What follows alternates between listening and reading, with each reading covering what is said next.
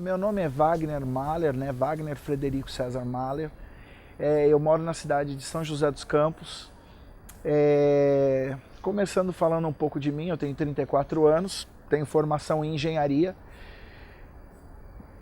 Confesso que essa não é a minha prioridade de vida, né? Quando criança, eu venho de uma família de músicos, então eu tinha vontade também de ser músico, fui educado na música clássica.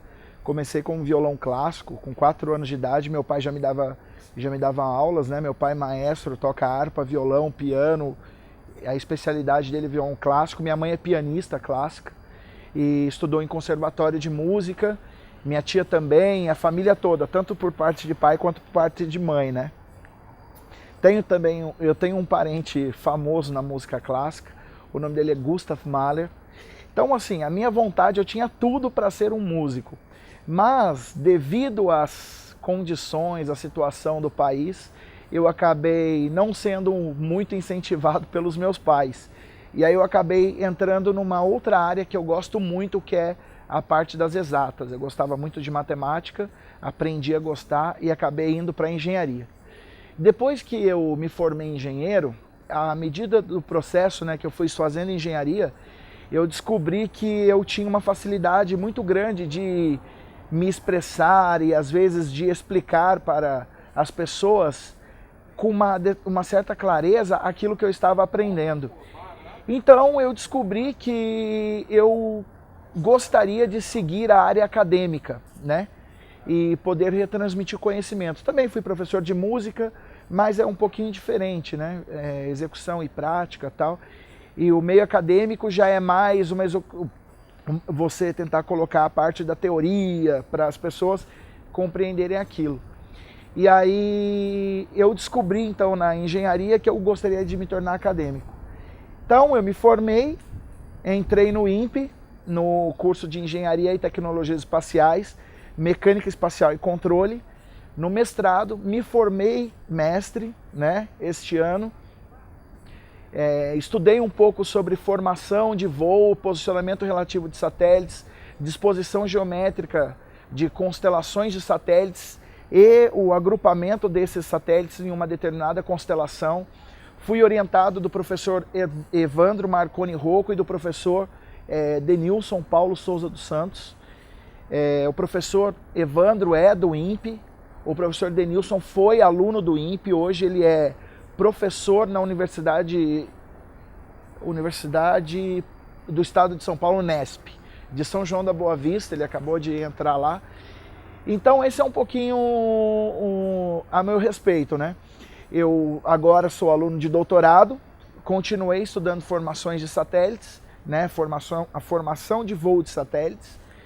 E hoje no INPE, além do meu projeto de doutorado, eu participo de um grupo muito bacana chamado CTE, como mostra a minha camiseta, que é Capacitação Tecnológica em Engenharias Espaciais, idealizado pelo meu amigo, primo Christopher Schneider Cerqueira, né? Ele teve essa ideia de poder fazer com que os alunos possam integrar a parte teórica e a prática, né?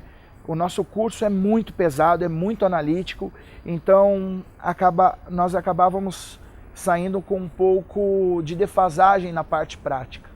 Então, ele teve essa ideia, criou esse grupo com o intuito de criar um programa continuado, né, da pós-graduação, de alunos que estão lá na engenharia, no curso de pós-graduação em mestrado em engenharia, de modo que esse programa continue com as próximas turmas projetando Small Sats, né? Tanto que o logo da gente é Small Sats, Big Ideas. Então, mais na área de CubeSats, né? Então, eu sou responsável, junto com mais uma equipe, o Renan, o Lucas, a Júlia, o Alexandre, pessoas de extrema importância para a área e para o país, né? Do sistema de controle e atitude desses satélites. Então, a gente está tentando criar um sistema de controle e atitude para ser embarcado em nanosatélites. E quem sabe, de certa forma, no futuro, esse sistema seja ampliado e, quem sabe, se torne o AOX, né? O Sistema de Controle e Atitude de Satélites, dos grandes satélites que são feitos pelo Instituto. Eu fui uma criança muito, assim, no começo eu fui bastante hiperativo, tal, eu tenho lá os meus probleminhas, assim. Então, e depois, por causa de algumas coisas que aconteceram comigo no período de escola, eu comecei a me retrair mais, me tornei uma pessoa mais fechada, né? Eu tinha um pouco de vergonha pelo fato de ser gordinho, essas coisas assim, e de não ser o bambambam da escola, como as pessoas eram, alguns eram, né? E isso me retraía, mas eu não tinha noção do meu potencial como pessoa, né? De cativar, de conversar. Até que uma vez, na escola, na 4ª série, aconteceu uma feira cultural e descobriram que eu tocava violão e me pediram para tocar. E eu, muito tímido, disse que não ia fazer nada, né? E acabei indo tocar lá. E eu toquei In My Life dos Beatles e Imagine do John Lennon, né? E aí foi aquele sucesso, o pessoal chorou, teve professor que chorou, e aí aquele cara que era visto como o gordinho, não sei o que, tal, passou a ser uma outra pessoa. Então aquilo me motivou, sabe? E eu vi que eu tinha muitas outras qualidades que eu não tinha, as qualidades que aquela determinada pessoa tinha. Mas eu tinha outras, muitas qualidades, e que poderiam causar impacto quando eu fosse conversar ou fazer alguma coisa. E aí eu descobri que eu tinha um potencial de conversar, de falar com as pessoas, e aí eu comecei a me soltar. E à medida que eu fui me soltando e fui descobrindo as coisas que eu realmente gostava, eu fui me doando totalmente para aquilo que eu gosto, né? Tanto de música quanto da parte científica. E isso me motiva muito, é isso o meu fator de motivação, sabe?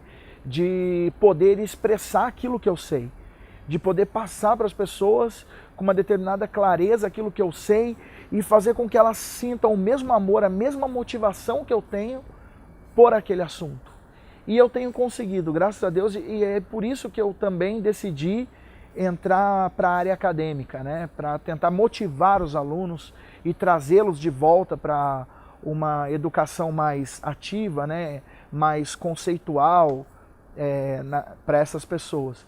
Então isso me motiva, né? Essa maneira de falar, essa maneira de expressar aquilo que eu gosto, é como se fosse um boom dentro de mim e que quer sair tudo ao mesmo tempo, sabe? Então isso me motiva. A outra coisa eu quando fui fazer engenharia, eu falei, bom, eu quando ia ser músico eu não ia ter muito dinheiro, né? Porque eu não pensava em ser famoso, mas eu queria ser músico. E aí meu pai falava, não, você vai precisar comer, e aí como você vai fazer? Eu falei, olha, eu vou tocar porque eu quero tocar, eu quero ser músico. E aí eu descobri que, já que eu não vou ser músico, vou entrar na engenharia e vou ser podre de rico. E aí depois na engenharia, eu descobri já que eu não queria ser podre de rico, eu não queria ter muito dinheiro. Eu queria ter o suficiente para poder cuidar da minha futura família, da minha esposa, dos meus filhos, que eu penso muito nisso. E com isso eu pude também definir a área que eu quero, porque eu não quero estar preso a um sistema que diga, olha, você vai ter que estar aqui, aqui, aqui, aqui, aqui, senão você não ganha, não faz isso. E por isso ser acadêmico, eu consigo manobrar muito bem os meus horários.